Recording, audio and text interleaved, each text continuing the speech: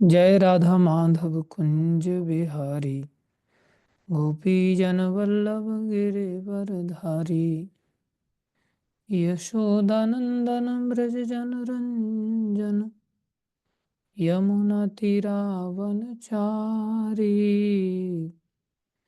जय राधा माधव कुंज बिहारी गोपी जन वल्लभ गिरिवरधारी। हरे कृष्ण कृष्ण कृष्ण हरे हरे, हरे राम राम राम हरे हरे। हरे कृष्णा कृष्णा कृष्णा कृष्णा हरे हरे, हरे राम राम राम हरे हरे। निताई गौर हरि बोल, हरि बोल, हरि बोल, हरि बोल। जय जय प्रभुपाद, प्रभुपाद, प्रभुपाद, प्रभुपाद। जय जय गुरुदेव, गुरुदेव, गुरुदेव, गुरुदेव। हरे नाम संकीर्तन महायज्ञ की जय, हरे कृष्ण महामंत्र की जय, श्री श्री राधा कांत भगवान की जय, श्री श्री गौर नेताजी पंच तत्व की जय, श्री श्री प्रहलाद नरसिंह देव भगवान की जय, श्री श्री षडगोस्वामी स्वामी की जय, श्री गुरु परंपरा की जय, जगत गुरु श्री प्रभुपाद की जय, श्री गुरु महाराज की अनंत कोटि वैष्णव वृंद की जय, आप सब भक्तों की जय।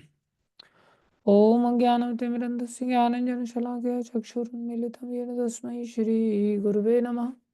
श्रीचैतन्यमनोभीष्टं स्थापितं येन भूतले स्वयं रूपं दधाति स्वपदान्तिकम्।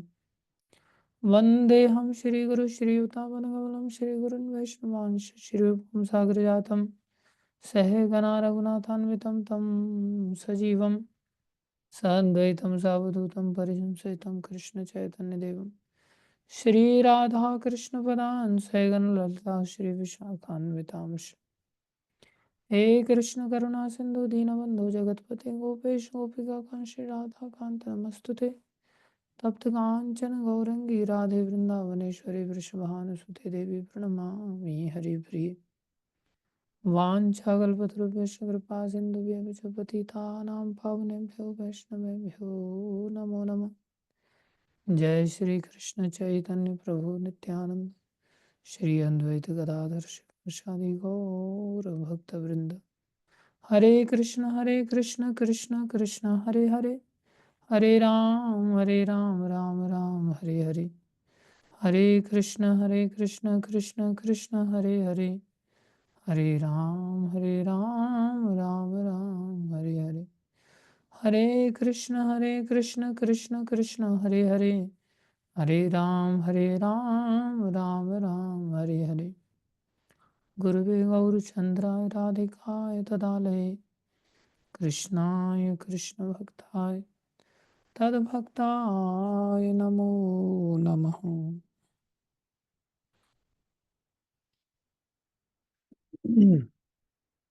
हरे कृष्ण।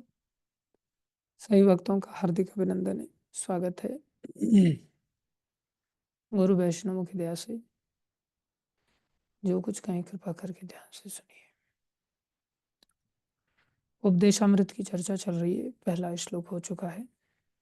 वाचो वेगम मनसा क्रोध वेगम जीवा वेगम उदर उपस्थ वेगम एतान वेगान यो विषयेत धीरा सर्वाम अपि माम पृथ्वीं शशिष्यात्।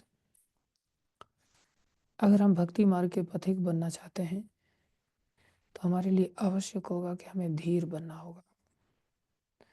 विषयेत धीरा, अधीर व्यक्ति भक्ति मार्ग के पथ के लिए नहीं है, वो चल भी नहीं पाएगा।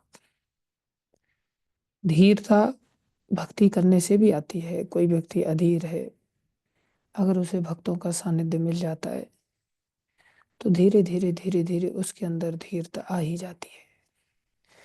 इसलिए भक्ति करना तो आवश्यक है ही, चाहे कोई व्यक्ति धीर है या अधीर है। बोले अधीर व्यक्ति को भक्ति क्यों अच्छी लगेगी? क्योंकि भक्त वास्तव में इतने अच्छे होते ही हैं जो धीर के लिए भी प्रसन्नता देने वाले होते हैं और अधीर को भी प्रसन्न करने वाले होते हैं। धीरा अधीर प्रियजनों, हाँ, धीर और अधीर दोनों का ही प्रियजन करने वाले, धर्म की स्थापना करने वाले जो 6 गोस्वामी थे, उनके चरणों में वंदन करते हैं। बोले भक्त ऐसे होते हैं जो अधीरों को भी आकर्षित कर लेते हैं। इसलिए भक्तों के सानिध्य में आने से इतना फायदा तो जरूर होता है कि कोई भी व्यक्ति धीरे धीरे धीर बन जाता है। लेकिन फिर भी गंभीर बनना बहुत आवश्यक है।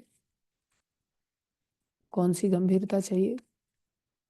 दूसरे श्लोक की गंभीरता चाहिए, जिसमें कि भक्ति में आकर के वापस यू टर्न ना लेना पड़े हमें। आई भक्ति विसारी, आई हुई भक्ति फिर से चली जाती है। इसलिए भक्ति के साथ साथ हमें और भी सावधान होने की आवश्यकता है। किन चीजों से? 6 चीजों से। कौन सी 6 चीजें? अत्याहार, प्रयासश, प्रजल, नियमाग्रह, जनसंगश, लौल्यम च, षड्भिर भक्ति विनश्यति। ये 6 कार्य हैं जिससे हमारी भक्ति का विनाश हो जाता है।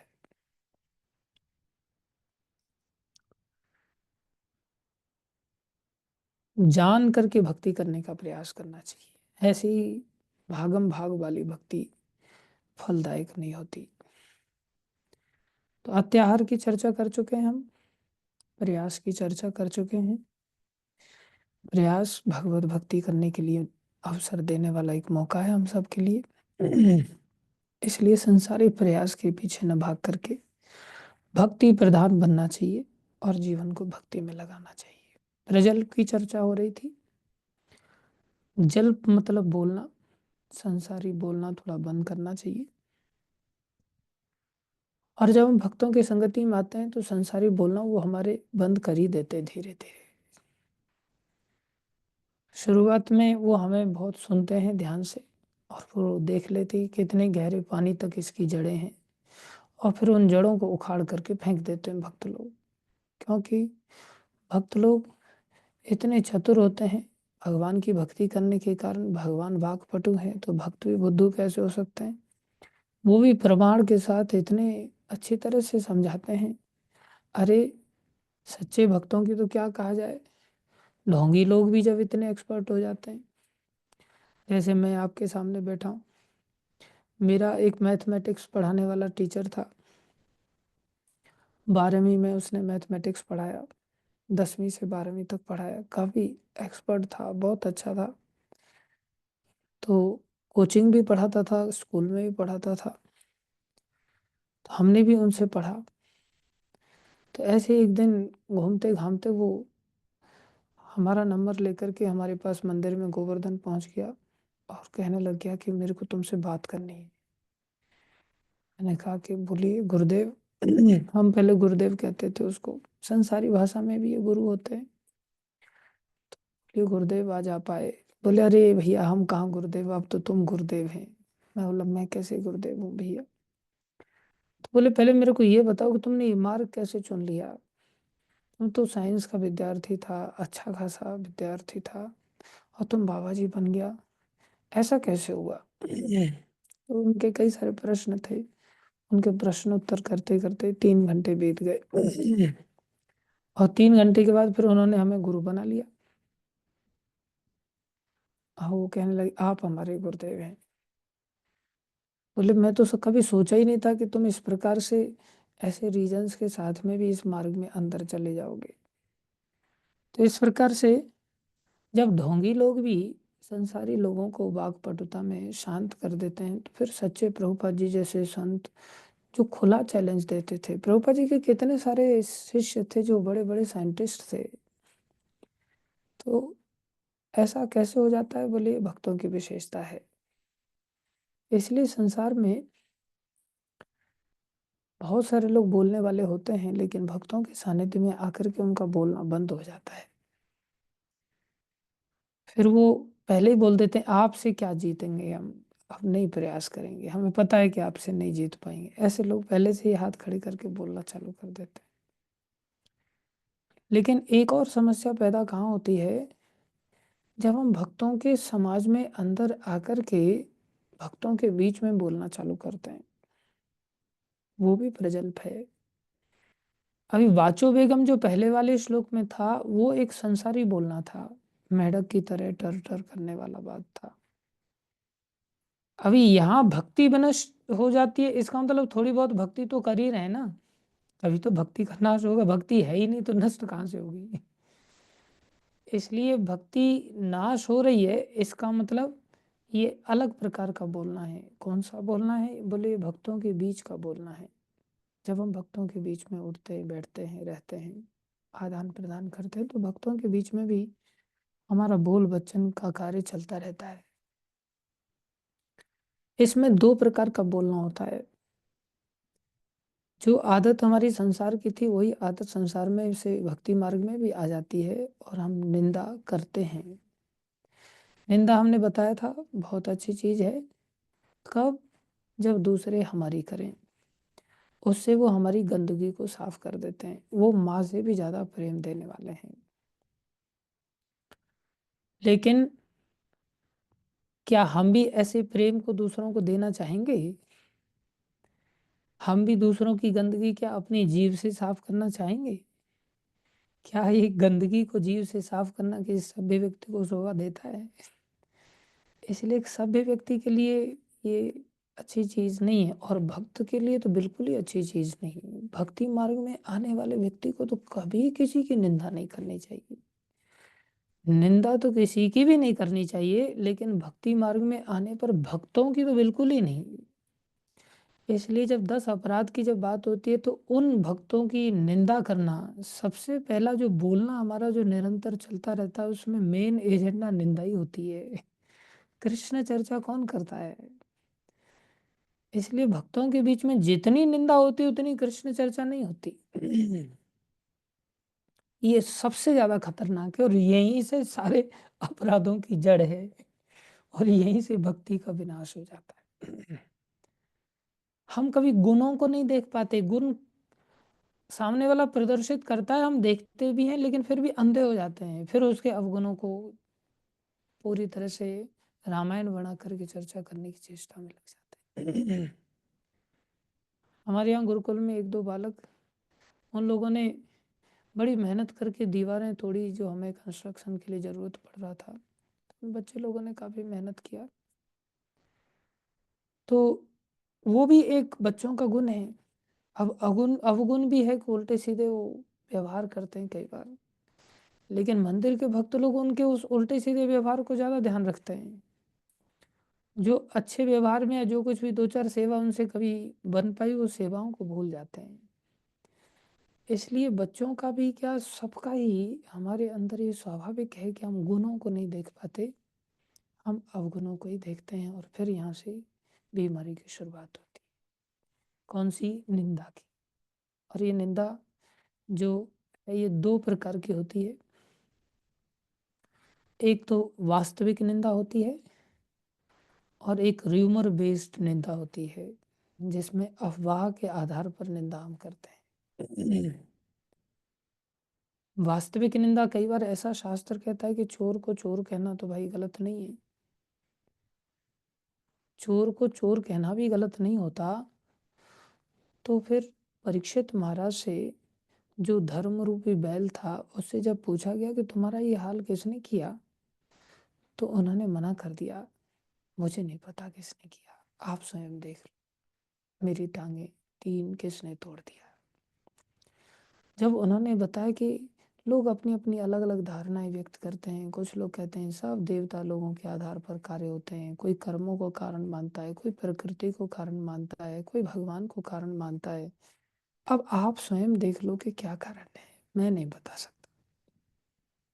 इतना सुनते ही परीक्षित महाराज बोले, ओहो तुम तो धर्म हो।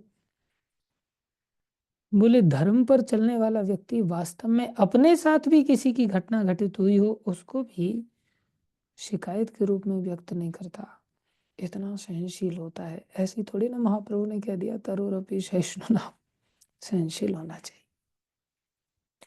चोर को चोर कहने का हक भी गुरुजनों को है, सबको नहीं है। गुरुजन चाहे तो किसी को सुधार करने के लिए ऐसा हक का उपयोग कर सकते हैं, वो भी नहीं करते आसानी से। लेकिन हम तो ढोल नगाड़े बजा करके सारे संसार में चीजों को प्रदर्शित करने लग जाते हैं। तो एक है जो घटना घटित हुई हो किसी के साथ, किसी के साथ क्या घटना घटित होती है, कोई भी घटना जो स्टैंडर्ड्स भक्ति के हैं उन स्टैंडर्ड से कोई व्यक्ति गिर जाता है तो उस गिरने की घटना को ही हम गलत घटना कहते हैं ना। कोई भक्त ने किसी स्टैंडर्ड को छोड़ करके नीचे गिर गया हो, अब कोई भक्ति करने के लिए आया था तो क्या नीचे गिरना किसी के लिए संभव नहीं है क्या? ये किसी के लिए भी संभव है।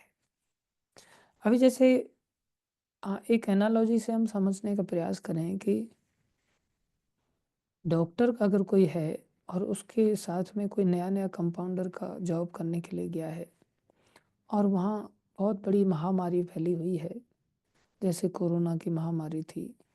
कोरोना की महामारी तो बहुत छोटी है, जिसके वायरस फिर भी साइंस देख लेता है, लेकिन इससे भी भयानक महामारी है जो काम की बीमारी है, जो लोभ की बीमारी है, जो क्रोध की बीमारी है, इसके वायरस तो दिखाई भी नहीं देते। कोई लेबोरेटरी में जाकर के कोई चेक करके नहीं बता सकता कि इसके अंदर इतना काम है, इतना लोभ है, इतना क्रोध है, इतना मोह है, ये इतने वायरस इसके बारीक हैं।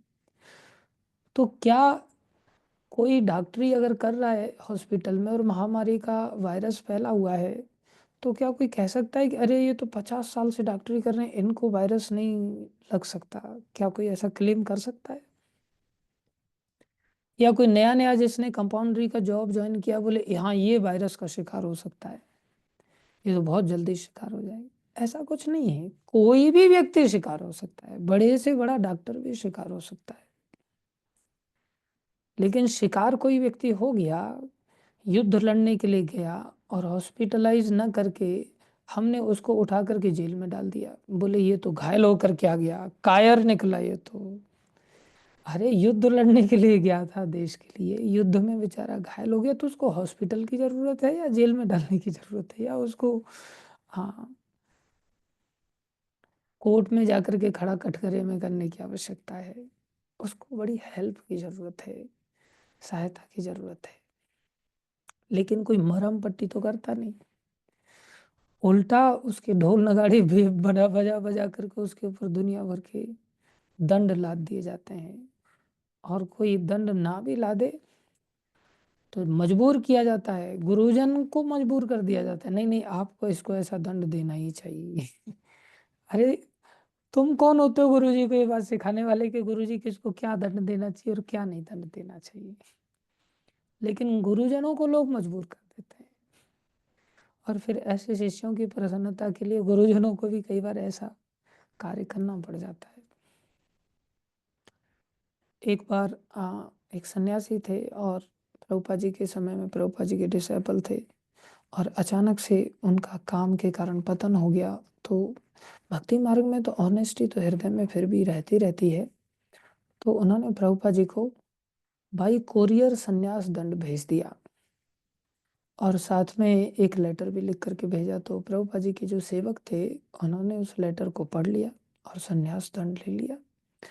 प्रभुपाद जी को बताने से पहले सारी कम्युनिटी को पता चल गया कि अरे पता है इनका संन्यास भंग हो गया, पता है इन्होंने लेटर लिखा, पता है ऐसा ऐसा हो गया, वैसा वैसा हो गया, लेटर में ये सब चीजें लिखी थी।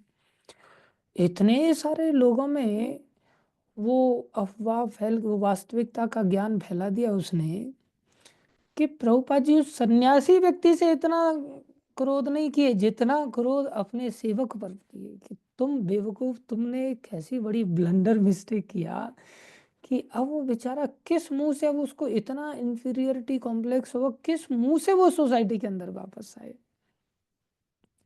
उसके लिए तो तुमने वापस आने के चांस ही खत्म कर दिए, जबकि उसको हॉस्पिटलाइज करने की जरूरत थी, उसको सहायता करने की जरूरत थी, उसको थोड़ा सा, हाँ, सहयोग करने की ज़रूरत थी, उसको शांत करने की ज़रूरत थी, लेकिन तुमने तो उसको और उल्टा इतना ज़्यादा बदनाम कर दिया।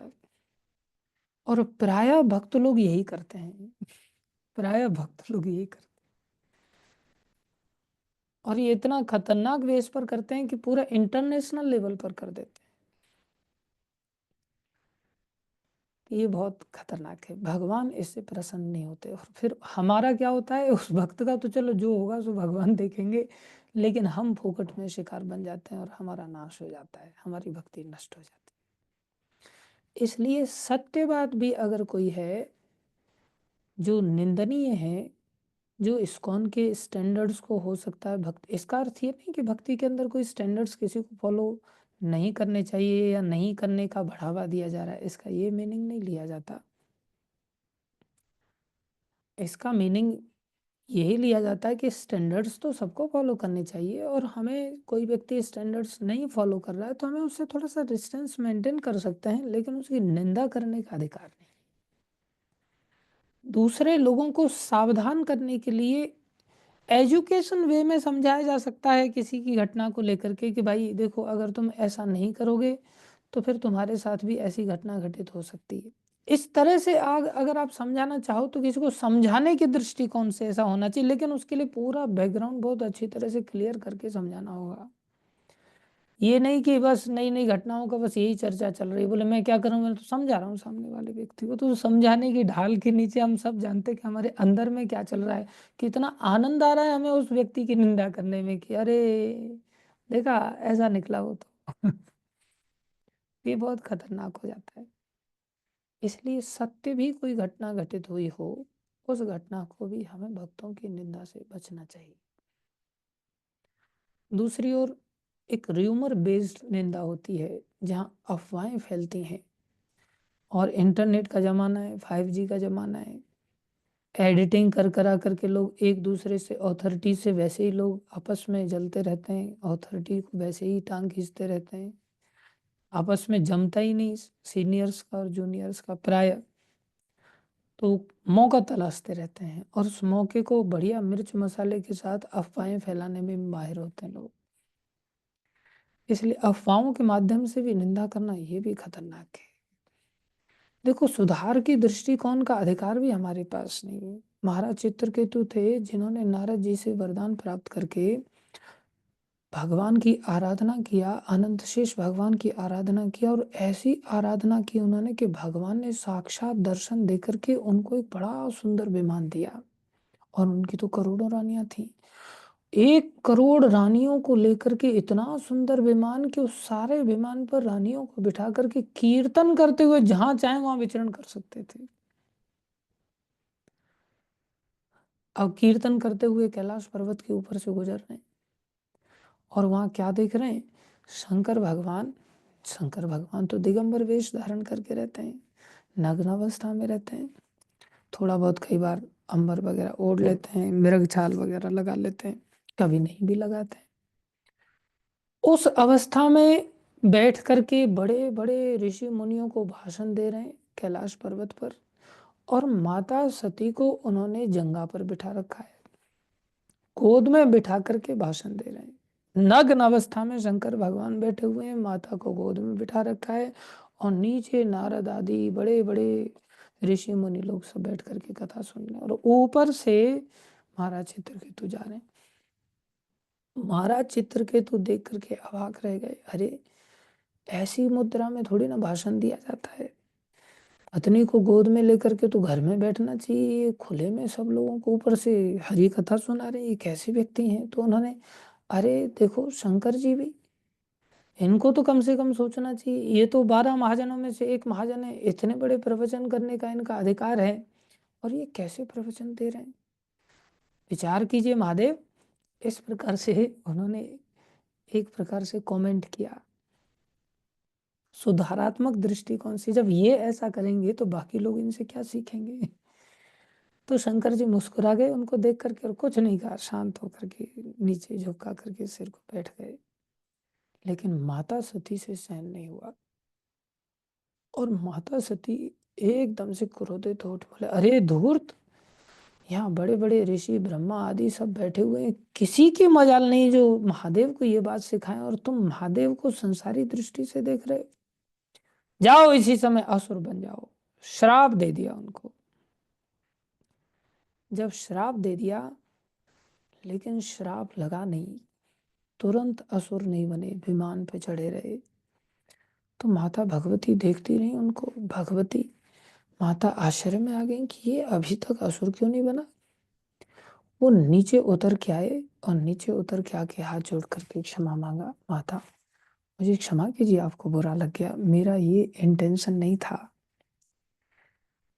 कि मैं आपको।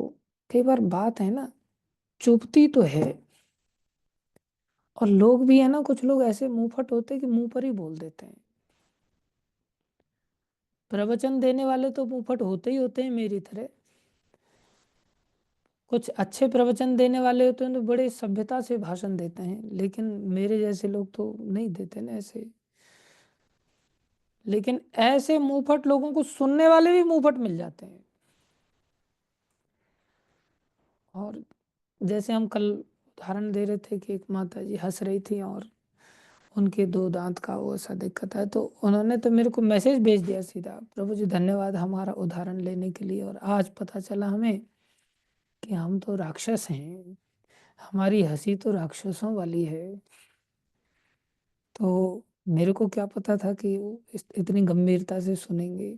चलो सुन भी लिया तो शांति से उनको धैर्य में धारण कर लेना चाहिए था, हृदय में धारण करने लेना कर मेरे को मैसेज भेज, थैंक यू प्रभु जी आपने हमें राक्षस बोला। तो उन्होंने मैसेज तो लिख दिया, लेकिन मेरे को बड़ी बात चुभी। मेरे को हृदय में लगा कि देखो ये कैसे, थोड़ा सहन नहीं कर सकते। फिर मैं सोच रहा हूँ क्या मैं सहन नहीं कर सकता। उन्होंने मेरे को बोल दिया, तो हो सकता है उन्होंने पॉजिटिवली लिया हो, लेकिन मैं तो उस चीज़ को ऐसा ही समझ रहा हूँ कि उन्होंने नेगेटिवली ले लिया, इसलिए मेरे को मैसेज भेज करके जता रहे हैं कि प्रभु जी आपने हमें राक्षस बोल ही दिया आखिरकार। खैर जो भी था। तो जो मुंहफट लोग होते हैं कई बार चुभ जाती है बात। तो इस इंटेंशन से तो नहीं बोल रहे थे महाराज चित्रकेतु, लेकिन माता को चुभी। और जब माता को चुभी तो तुरंत आए और आकर के क्षमा मांगा। क्षमा मांगा और फिर कहा कि माता मैं आपके श्राप को स्वीकार करता हूँ। माता पिता जो भी, यही तो भक्त भी होते हैं ना। भक्त ऐसे ही थोड़ी बन जाता है कोई व्यक्ति। राक्षस होने का श्राप दिया जा रहा है, और उन्होंने श्राप स्वीकार कर लिया और विमान पे चढ़े, और चढ़ करके चल पड़े। बाद में चल करके राक्षस बने, तब भी राक्षस नहीं बने, तुरंत राक्षस नहीं बने। तब शंकर जी की ओर माता देखने लगी, बोले मेरे श्राप में शक्ति नहीं। बोले देवी देखा,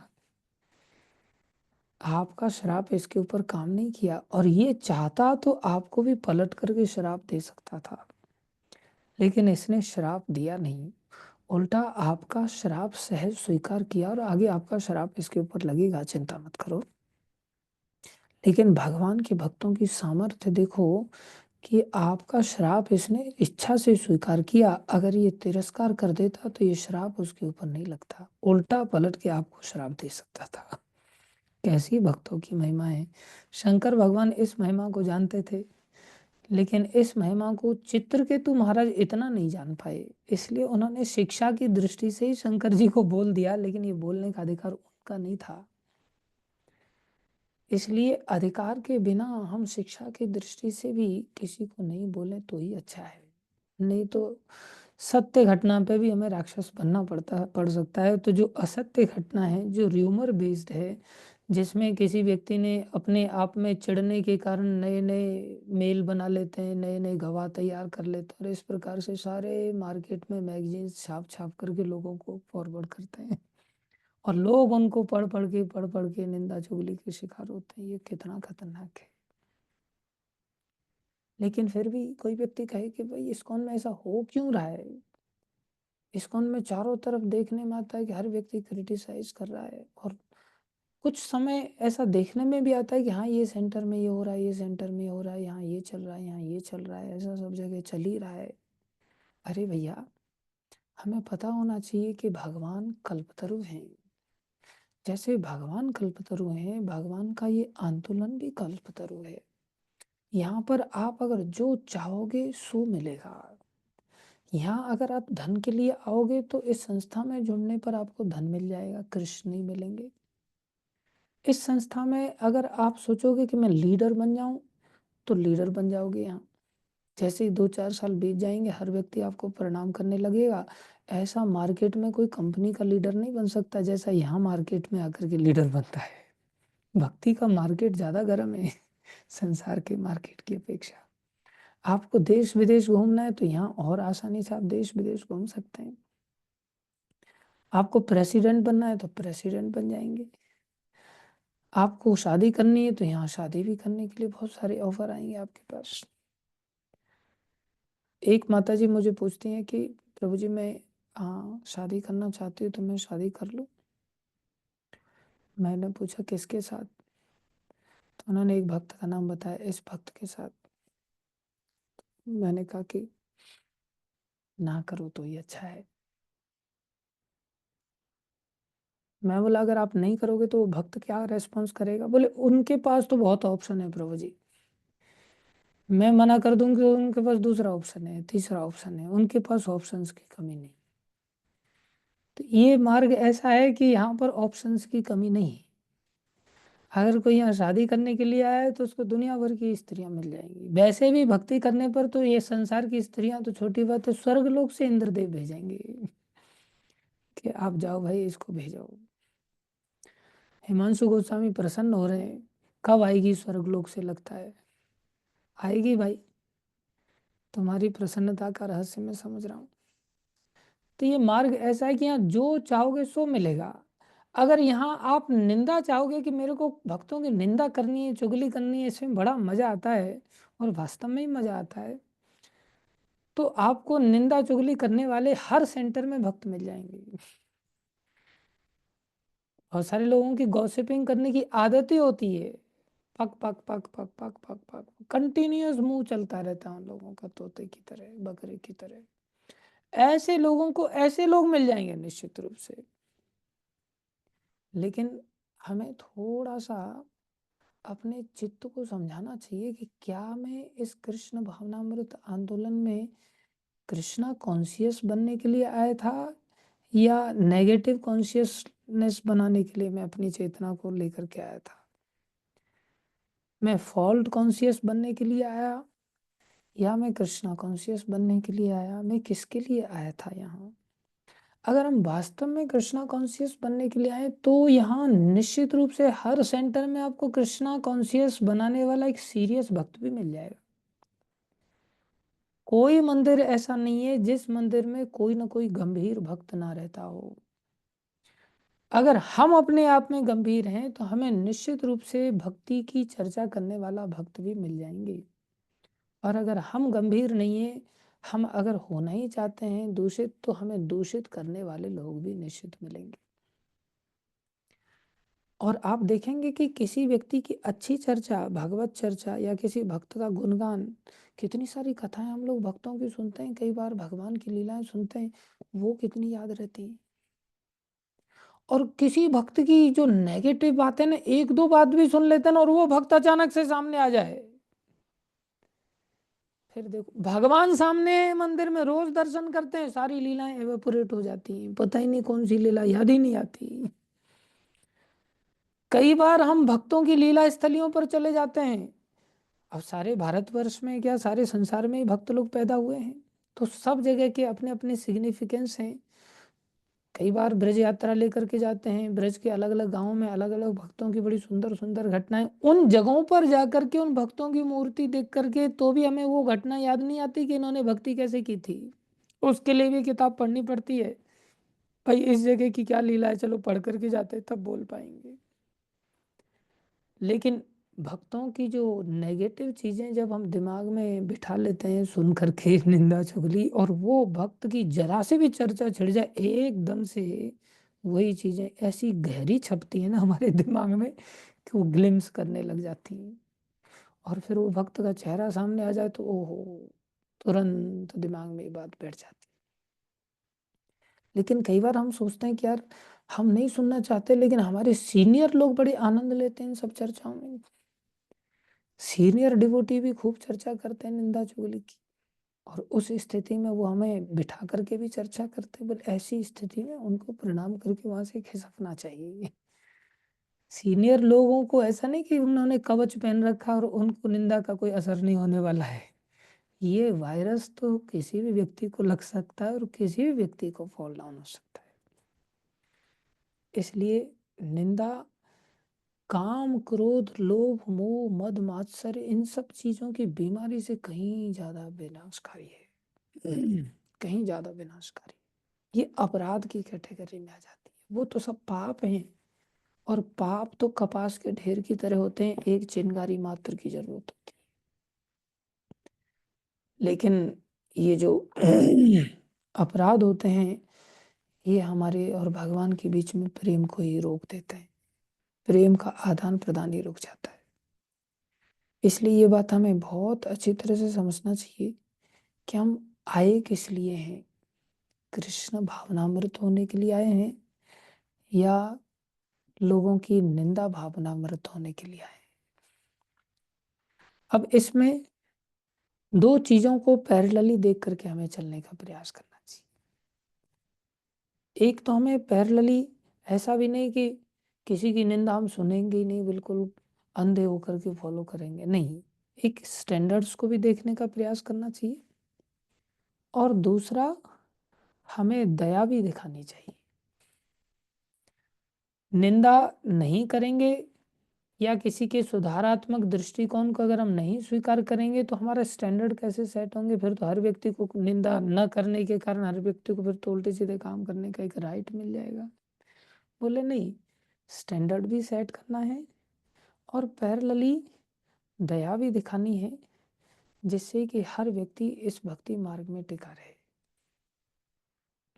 अगर हम नहीं टिक पाएंगे, दया नहीं दिखाएंगे, एंकरेजमेंट नहीं दे पाएंगे दूसरे लोगों को, तो दूसरे लोग बेचारे घायल होकर के नष्ट ही हो जाएंगे, उनको बचा नहीं पाएंगे हम लोग।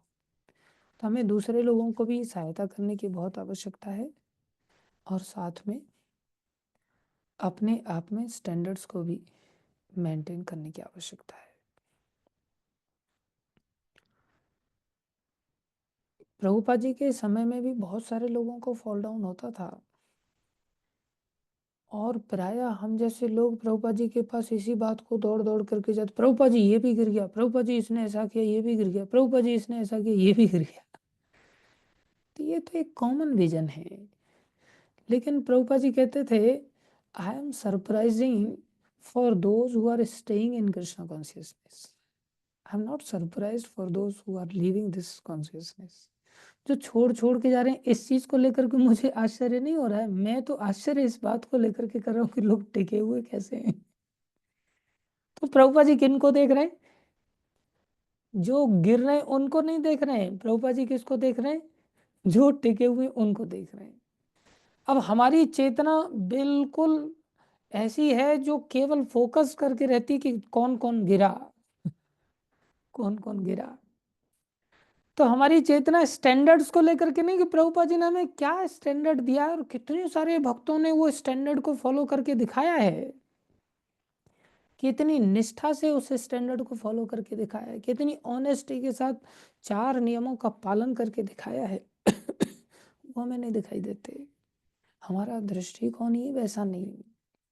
हमारा दृष्टिकोण क्या है? निंदक वाला दृष्टिकोण। दोष देखने का मतलब ही है कि हम निंदा वृत्ति रखते हैं, अन्यथा हमें दोष दिखाई ही नहीं देंगे।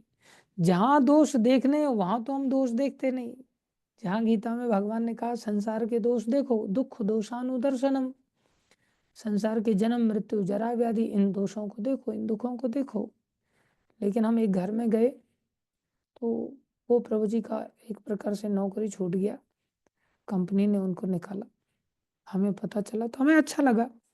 उन्होंने कहा प्रभु जी ये तो बहुत अच्छा हो गया, मैं लंबे समय से सोच रहा था अपने मन में कि आप कितने अच्छे भक्त हैं, कितने सिंसियर हैं, और मेरी हिम्मत नहीं हो रही थी। आपको मैं एक प्रोजेक्ट में सेवा देना चाह रहा था, मेरी हिम्मत नहीं हो रही थी कैसे बोलूँ कैसे बोलूँ। मैं सोच रहा था थोड़ी सी नज़दीकियाँ कभी बढ़े हमारी, तो मैं फिर हाँ, प्रेम का आपस में हमारा आदान प्रदान हो कभी, तो मैं सही समय पर ऐसे समय तीर चलाऊंगा कि मेरे को आप मना ना कर पाए। लेकिन अब मैं देख रहा हूँ कि लोहागर में आपकी नौकरी छूटी गई है, तो मैं सोच रहा था कि हाँ, इस तरह से आप प्रभुपाद जी के इस मिशन में आ जाएं तो कितना अच्छा हो जाएगा। मेरे को बड़ी प्रसन्नता हुई, तो मेरी ओर देख रहे हैं वो घूर घूर करके। ऊपर से तो वो हंस लिए, लेकिन अंदर से देख रहे हैं इनको बड़ी मजे ले रहे हैं, तो बड़ी प्रसन्नता हो रही, मेरी नौकरी छूट गई, इनको आनंद आ रहा है। तो फिर बोले बात ठीक है प्रभु जी, लेकिन फिर भी इस्कॉन में बहुत उठा पटक दिखाई देती है। यहाँ ये किया इस सेंटर वालों ने, उस सेंटर वाले ऐसे कर रहे हैं, ये वैसा कर रहे हैं। अरे भैया, आप अगर कल्पतरु के रूप में, आपका कल्प ये कह रहा है कि मेरे को क्रिटिसिज्म देखना है, मेरे को दोष देखना है, तो आपको दोष के लिए भी कल्पतरु के रूप में ये कृष्ण भावनामृत आंदोलन आपको ये डिजायर भी फुलफिल करेगा कि नहीं करेगा? हमारी इच्छा है, हमारा कल्प है, हमारा संकल्प है। क्या कल्प है, हमारी इच्छा क्या है? बोले हमारी इच्छा है कि हम चारों तरफ ये क्रिटिसिज्म देखना चाहते हैं। तो हमारी इच्छा की पूर्ति के लिए कल्पतरु ना भी कुछ हो रहा होगा किसी सेंटर में, तो उस भक्त के लिए होना चालू हो जाएगा उस भक्त की इच्छा पूर्ति के लिए। और जो सच्चे भक्त हैं उनको वहां कुछ नहीं दिखाई देगा, उनको सब अच्छा अच्छा दिखाई देगा, क्योंकि उनके अंदर वो कल्प ही नहीं है, उनके अंदर वो गंदी इच्छा ही नहीं, तो इच्छा नहीं है तो उनको कोई पॉलिटिक्स नहीं दिखाई देगी। अन्यथा अगर उनको पॉलिटिक्स देखनी है तो ये पॉलिटिक्स क्रिएट, भगवान कहते हैं among the gamblers I am the greatest gambler. अगर जुआरियों के रूप में ही अगर देखना चाहते हो तो मुझसे बड़ा कोई जुआरी नहीं।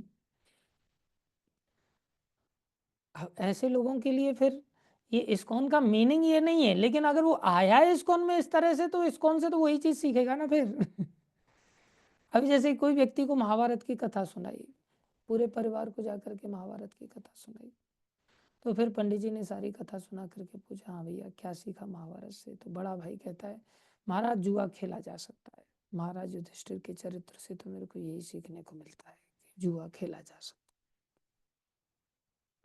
उनको बड़ा शौक लगा, हे भगवान ये क्या सीखा? बाद में उनकी पत्नी से पूछा आपने क्या सीखा? बोले 7 पति तक तो चलते हैं सती नारी के लिए, 7 पति रहे तो भी सती मानी जाएगी, 7 से ज्यादा में वेश्यावृत्ति मानी जाएगी, बाकी 7 पति तक तो कोई दिक्कत नहीं। कैसे आपने ऐसा सोच लिया? बोले 5 पति तो थे ही माता द्रौपदी के, और छठवें पति के रूप में उन्होंने पांडु महाराज को स्वीकार किया। 5 तो देवता पति थे उनके एक प्रकार से, छठवें पांडु महाराज थे, और 7वें पति सूर्यदेव जिनसे कर्ण हुए थे, और फिर भी महासतियों में उनका नाम है।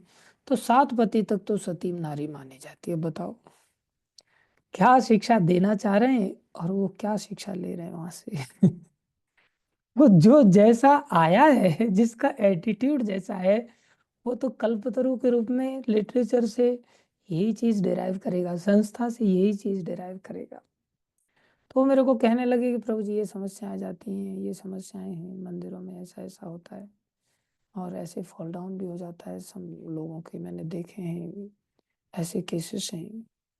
तो मैं सोचा कि इनको वो केसेस क्यों नहीं दिखाई देते हैं जो इस मार्ग में टिक पा रहे हैं। और टिक पाने को लेकर के भी प्रभुपाद जी का स्टेटमेंट क्या कि ये टिक कैसे रहे, कैन यू इमेजिन मतलब ये इतना आसान रास्ता नहीं है। इतने घोर संसारियों के बीच में रहते हुए, जहाँ रात दिन अहमता ममता का ही प्रवचन दिया जाता हो, खाते पीते उठते बैठते, और उस अहमता ममता के बीच में से निकाल करके भगवान के प्रति अहमता ममता को विकसित कर लेना, भगवान के सापेक्ष में अहमता ममता विकसित कर लेना, ये इतना आसान नहीं है।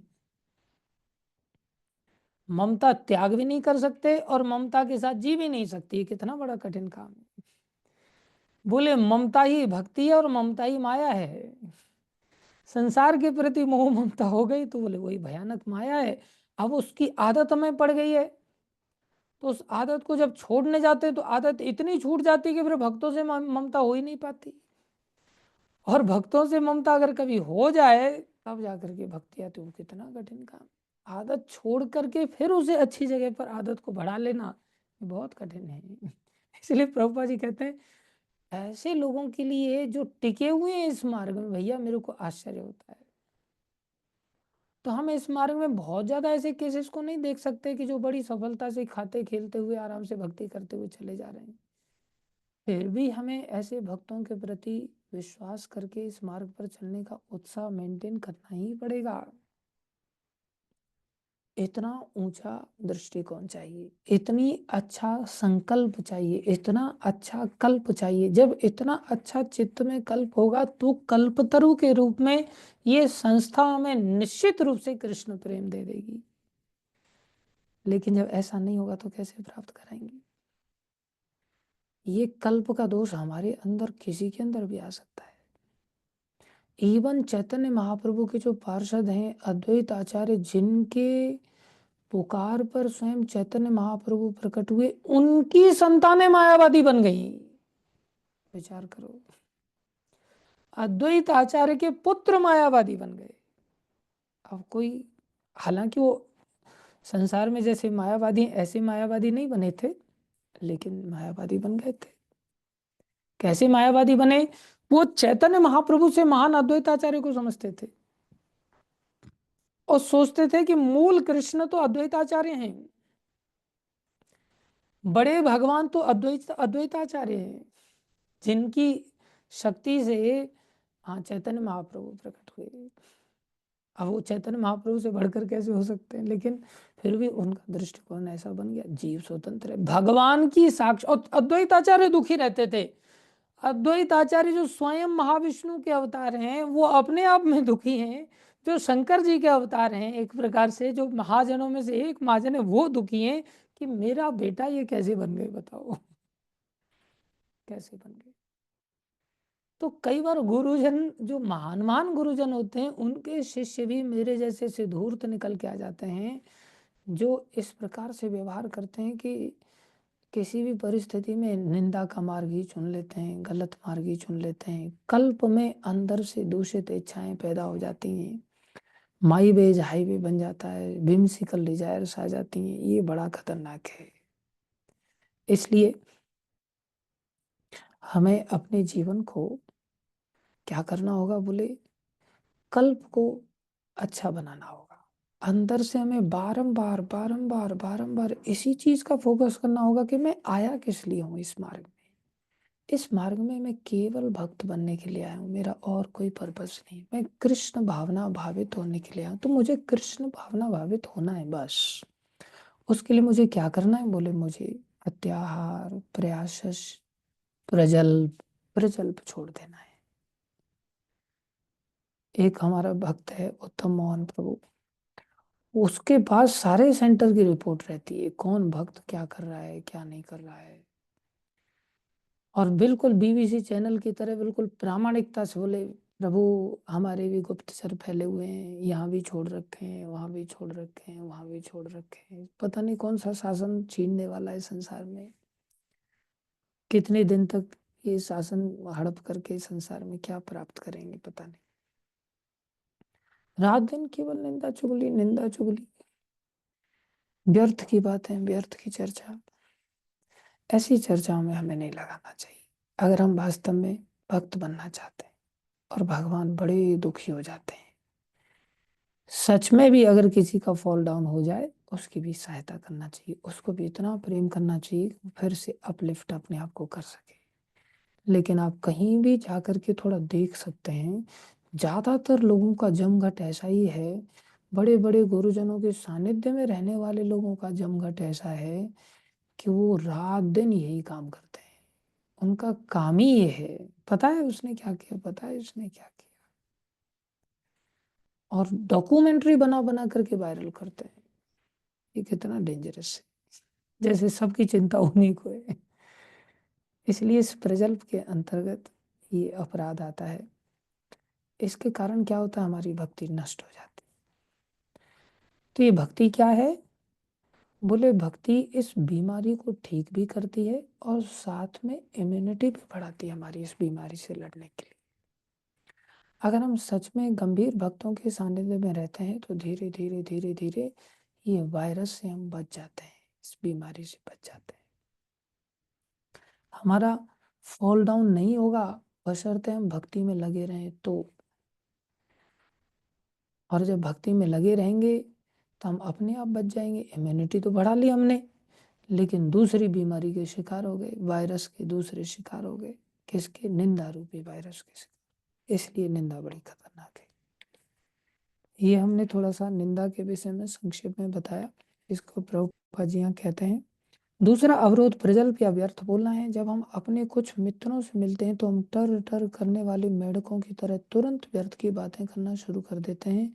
यदि हमें बातें करनी ही है तो हमें कृष्ण भावनामृत आंदोलन के विषय में बात करनी चाहिए। जो लोग कृष्ण भावनामृत आंदोलन से बाहर हैं वे ढेरों समाचार पत्र, पत्रिकाएं तथा उपन्यास पढ़ने, पहेली सुलझाने तथा अन्य अनेक व्यर्थ के कार्य करने में रुचि दिखाते हैं। इस प्रकार लोग अपना अमूल्य समय तथा शक्ति व्यर्थ ही गंवाते हैं। पाश्चात्य देशों में वृद्ध लोग सक्रिय जीवन से अवकाश प्राप्त करने पर ताश खेलते हैं, मछली पकड़ते हैं, टेलीविजन देखते हैं और व्यर्थ की सामाजिक राजनीतिक योजनाओं पर बहस करते रहते हैं। प्रजल्प के अंतर्गत ये सभी तथा अन्य तुच्छ कार्यकलाप सम्मिलित हैं। जिसकी रुचि कृष्ण भावनामृत में है, ऐसे बुद्धिमान व्यक्ति को ऐसे कार्यों में कभी कोई भाग नहीं लेना चाहिए। ये विशेष बात थी जो प्रजल्प में प्रभुपाद जी ने यहाँ सिखाया। इसके बाद आगे नियम आग्रह आता है। इसको हम थोड़ा कल चर्चा करेंगे। अभी किसी का कोई प्रश्न तो पूछ सकता है। और सैटरडे भी था। बहुत गंभीर विषय है नियम आग्रह। सभी गंभीर हैं अपने आप में। अगर हम थोड़ा गंभीरता से विचार करें तो कल के दिन आप सभी समय पर उपस्थित होइए। कोई प्रश्न है किसी का तो पूछ सकते हैं। यस, वंदना माता जी। दंडवत प्रणाम प्रभु जी। हरे कृष्णा। हरे कृष्ण, धन्यवाद। प्रभु जी, जैसे हम बताते हैं कि हमें 4 चीजों के लिए निषेध बोला गया है। अगर फैमिली में कुछ ऐसे मतलब हमारे मतलब क्लोज रिलेशन में है जिसको हम मना नहीं कर पा रहे हैं, मतलब हमारी बात नहीं मानना चाहते, जब हम उसको बार बार समझाते हैं कि भगवान का पथ पे चलना है, जब कुछ है तो उसको बार बार इग्नोर कर रही है, तो कहते हैं कि जैसे जो मतलब ऐसी संगति में है या ऐसे भव्य विचार में आ रहा बंदा, उसको दर्शन मात्र से भी हमें पाप लगते हैं। तो इन चीजों के बारे में हम कैसे टैकल करना चाहिए? हाँ देखो, जीव स्वतंत्र तो सभी हैं ही। इसलिए हम गारंटी तो नहीं किसी के बारे में दे सकते कि कोई भी व्यक्ति अपनी इस स्वतंत्रता को समर्पित कर देगा आसानी से। इस संसार में कोई भी व्यक्ति गिरा है तो इस स्वतंत्रता के दुरुपयोग के कारण ही गिरा है। उसका लंबा अभ्यास है स्वतंत्रता का दुरुपयोग करने का। जैसे हमने अद्वैत आचार्य के पुत्र का कहा, तो ये इतना आसान नहीं होता। लेकिन भक्ति बड़ी शक्तिशाली है। अगर हम उनको संसारी एनवायरनमेंट से निकाल करके अगर भक्तों के एनवायरनमेंट में लेकर के आ जाएं, या हम अपनी भक्ति इतनी बढ़ा लें, हमारी भक्ति इतनी गंभीरता को प्राप्त हो जाए कि हम, जैसे कई बार होता है ना, कुछ लोग होते हैं जो बहुत ज़्यादा बोलते हैं लेकिन उनके बोलने में कोई बहुत ज़्यादा वजन नहीं होता। कुछ लोग बहुत थोड़ा सा बोलते हैं लेकिन बहुत वजनदार बोलते हैं। तो हमें अपनी वाणी को इतना वजनदार बनाना है, जैसे प्रभुपाद जी की वाणी थी कि कितने व्यभिचारी लोग थे जो वहां पर पार्क में घूमते रहते थे, मदिरा पान करके, व्यभिचार करके, सब दुष्कर्म तो वो करते ही थे ना। लेकिन प्रभुपाद जी की कृपा से, प्रभुपाद जी की ऐसी वाणी थी कि वो वाणी के कारण वो लोग पवित्र हो गए। हमारी खुद की भी भक्ति को हम ऐसा बढ़ाएं और हम गंभीर बने। हम कई बार क्या होता है ना, हम घर के अंदर काफी बह जाते हैं लोगों के साथ वार्तालाप में, हाँ ही में हम उनके जैसे ही बन करके अपने आप को एक्सपोज कर देते हैं। इस कारण से लोग फिर हमें गंभीरता से नहीं लेते। हमें अपने आप में, अगर घर में रह रहे हैं या किसी भी समाज में कहीं भी रह रहे हैं, भक्तों के बीच में भी रह रहे हैं, तो भक्तों के बीच में भी एक सीमित समय होता है। उस सीमित समय में हम चाहें तो हंसी मजाक या संसार में हास प्रयास कर सकते हैं, लेकिन रात दिन ही हास प्रयास करेंगे तो फिर हमारे वजूद खो बैठते हैं हम। इसलिए एक तो हमें भक्तों का एनवायरनमेंट देने का प्रयास करना चाहिए, शुद्ध भक्तों की भक्ति का संगति में लाने का प्रयास करना चाहिए और हमें खुद को भी अगर हम किसी का कंसर्न लेकर के चल रहे हैं, तो हमें खुद को भी इतना गंभीर होना चाहिए कि हम बहुत ज़्यादा बातें ना करके थोड़ा बोलें, लेकिन अच्छा बोलें, गंभीरता से बोलें, तो फिर उसका असर ज़रूर होगा, धीरे-धीरे होगा। ठीक है? जी। हरे कृष्ण। थैंक यू सभी भक्तों के लिए। अभी आप सब लोग रेस्ट कर सकते हैं। कल के दिन हम लोग क्वेश्चन आंसर करेंगे। कल संडे है। आज के लिए इतना ही। श्रील प्रभुपाद की जय, श्री गुरु महाराज की जय, अनंत कोटि वैष्णव वृंद की जय, आप सब भक्तों की जय। हरे कृष्ण।